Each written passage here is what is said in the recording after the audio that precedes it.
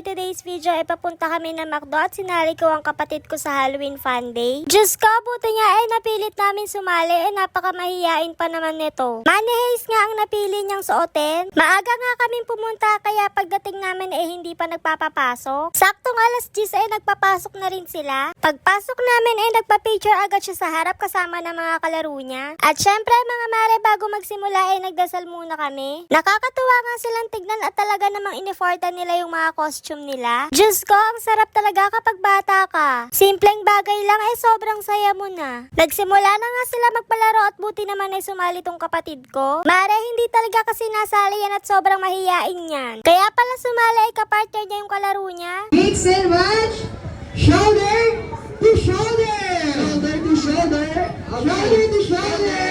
Shoulder to shoulder. On 5, 4, 3, 2, 1. Out, Chris.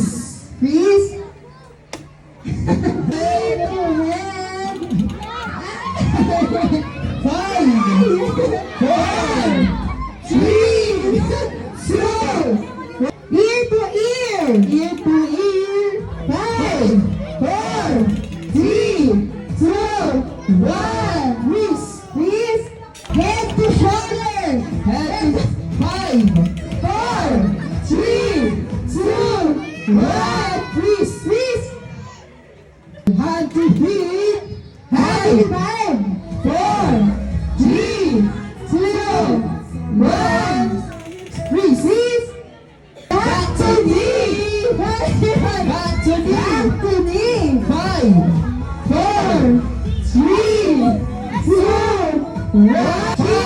5, 4, 3, 2, 1. Ang galing. Okay, ang galing. Mix and match. Ear to ear. Head. Ear to head. 5, 4. Hands to back. 5, 4, 3, 2, 1. Release. Knee to ear. Knee to ear. Okay, 5, 4, 3, 2, 1. Release and ready. Okay, tabi muna tayo, please. Dadaan muna sila.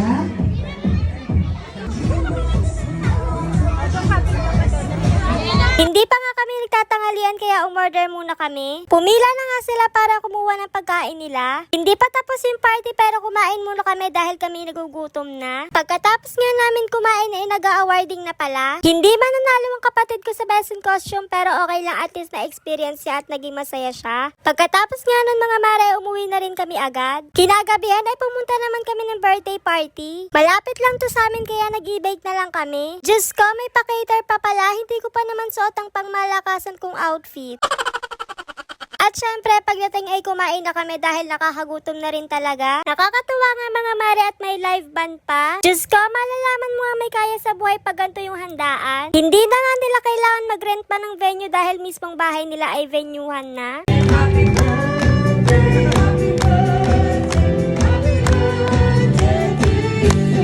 Malaki pa sa salamat kay Lord at nagkakasama tayo. Wala namang iba talaga, puro mga kamag-anak. Hanggang likod pa po. Di ba? Saya yung nagkakaroon ng banding. No? Sa pamilya nyo, sa pamilya ko rin. Kaya maraming salamat po Lord at sa lahat ng dumating. Salamat po. Madam Kali, make a wish!